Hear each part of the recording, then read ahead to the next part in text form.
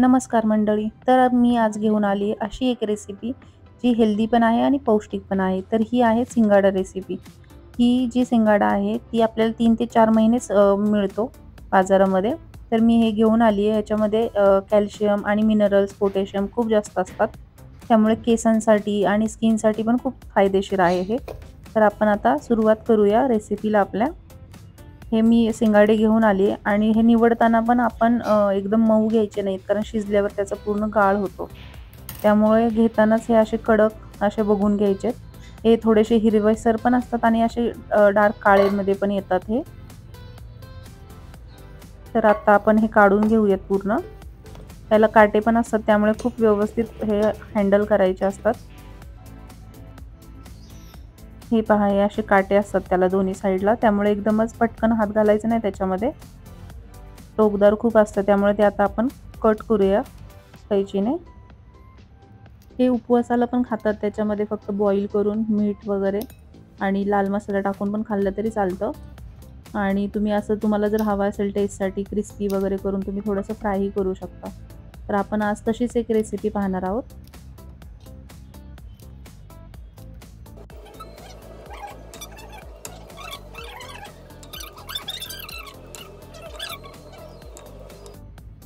आता मी याचे पूर्ण काटे वगैरे काढून घेतलेत. हे स्वच्छ पाण्याने धुवून घेऊया आपण.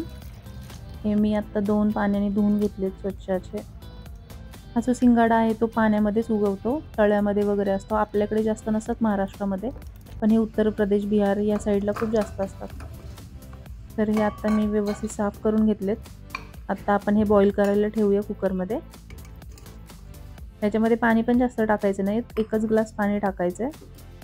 मीठ वगैरे नाही टाकलं तरी चालेल, कारण नंतर आपण त्याला फ्राय करणारच आहोत. एका शिट्टीमध्ये हे तयार होतात, त्यामुळे जास्त वेळ पण ठेवायचं नाही आहे. मंद आचेवरच हे शिजवून घ्यायचं आहे, जास्त फास्ट गॅस करायचा नाही आहे. तर अशा प्रकारे हे 10 मिनिटामध्ये ह्याला एक शिट्टी झालेली आहे आणि हे असे व्यवस्थित शिजलेत. ह्याच्यातलं पाणी काढून घेऊया आणि थंड झाल्यावर मग ह्याचे काप करूयात.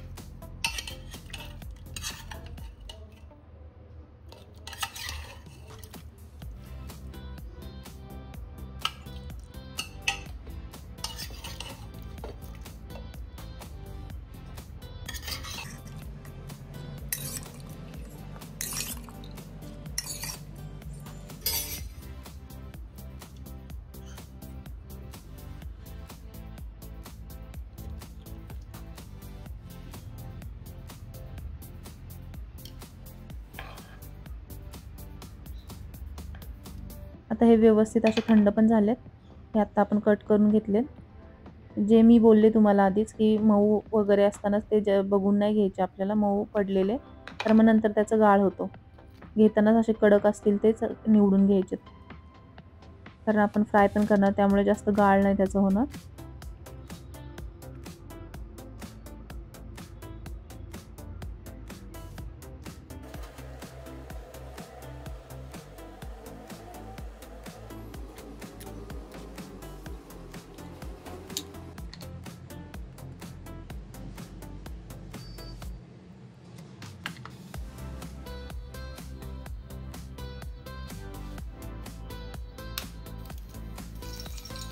तर इथे तेलामध्ये टाकायचे थोडेसे कढीपत्ता, जिरे.